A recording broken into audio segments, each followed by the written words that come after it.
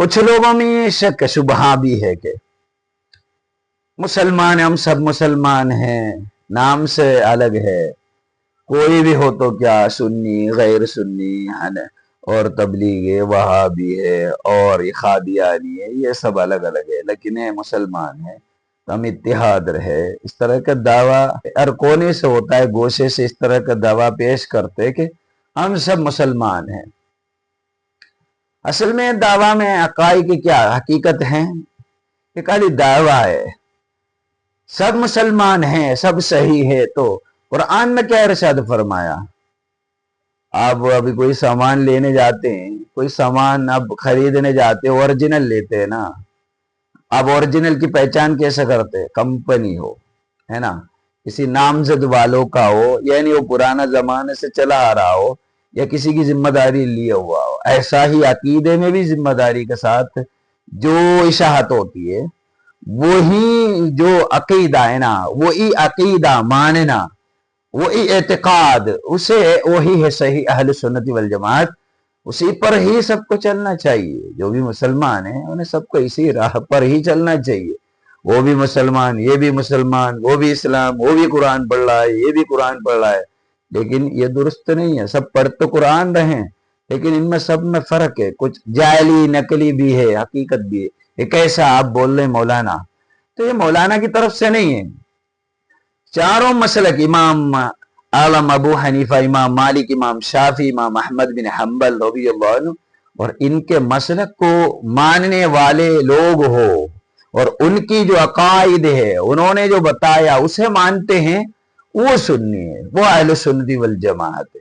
انہیں ماننے والا کبھی زیارت کرنے والے لوگوں کو، اولیاء اللہ سے مدد مانگنے والے کو کبھی مشرک اور وہ کافر نہیں کہہ سکتا ہے۔ اب جو اولیاء کو ماننے والا، انہیں پکارنے والا، یا غوث العالم شیخ محی الدین عبد القادر، یا حبیب اللہ، یا رسول اللہ، ان پکاروں کو غلط ٹھہرانے والے کبھی یہ چاروں مسلک کو ماننے والے نہیں۔ اب یہ چاروں مسلک کو نہیں مانتے ہیں، وہ اپنے نیا دھرم قرآن و حدیث دے کر بناتا ہے، وہی تو جعلی ہے، یہی پہچان ہے جعلی کی۔ میں نے کہا کوئی سامان آپ لیتے ہیں تو آپ کمپنی دیکھتے ہیں، کمپنی کا ہے، اسی طرح یہ بھی کمپنی دیکھنا چاہیے۔ ہمارے کمپنی ان چاروں مسلک سے متعلق ہے، ان کے عقائد کے مطابق ہے تو یہ کمپنی ٹھیک ہے، اگر اس سے متعلق نہیں تو وہ نادرست ہے، وہ بالکل گمراہ ہے۔ یہ قرآن پڑھاتا ہے اہدنا الصراط المستقیم، مولا میں سیدھا راہ چلا، سیدھا راہ چلا۔ ہم مسلمان ہیں، پھر سیدھا راہ چلانے کا دعا کیوں کرتے ہیں؟ اسی لیے کرتے ہیں، پھر سیدھا راہ کو قرآن ہی بیان کرا، اہدنا الصراط المستقیم صراط الذین انعمت علیہم، جو تو نے نعمت کیا، انعام دیا، نعمت کیا، ان کا راہ پر ہمیں چلانا۔ وہ جو بزرگ ہے، جو پائیدار، جو علماء خیر القرون کرنی، خیر القرون کرنی ثم الذین یلونہ، میرے صدی والے اور بڑھیا بہتر لوگ ہیں، اور اس کے اگلے والے صدی والا اور بہتر، اس سے آگے بہتر والے لوگ ہیں جو حضور نے ذکر کیا، وہ جو نعمت شدہ لوگوں میں ہمیں ہونا چاہیے۔ یعنی مسلک کے ائمہ حضرات کو اتباع کرنا، ان کے عقائد اتباع کرنے والے ہونے چاہیے۔ اب پھر ان کے جواب، ہم مسلک کو ہم مانتے ہیں، کچھ مسلک کا ماننے والا بدعت والے بھی، لیکن مسلک کو صحیح مانتے ہیں۔ اگر مانتے ہیں تو امام شافعی کے عقیدے کو وہاں ماننا ہے۔ امام شافعی رضی اللہ عنہ امام اعظم کے قبر میں پریشانی کے وقت جایا کرتے تھے۔ ابن حجر الہیثمی رضی اللہ عنہ اپنے تاریخ کتاب میں فرماتے ہیں، ان کے جو خیرات اللسان نام میں کتاب میں مناقب امام ابی حنیفہ نعمان الکوفی کتاب میں فرماتے ہیں، امام شافعی رضی اللہ عنہ اپنے کوئی پریشانی آ جائیں تو امام اعظم کے بارگاہ میں کھڑا ہوا کرتے تھے۔ اور امام نووی کے عقیدہ، امام نووی رضی اللہ عنہ کا عقیدہ کیا ہے؟ امام نووی رضی اللہ عنہ الایضاح فی مناسک الحج والعمرہ نام میں امام نووی رضی اللہ عنہ عقیدہ پڑھاتے ہیں حضور کے بارگاہ میں۔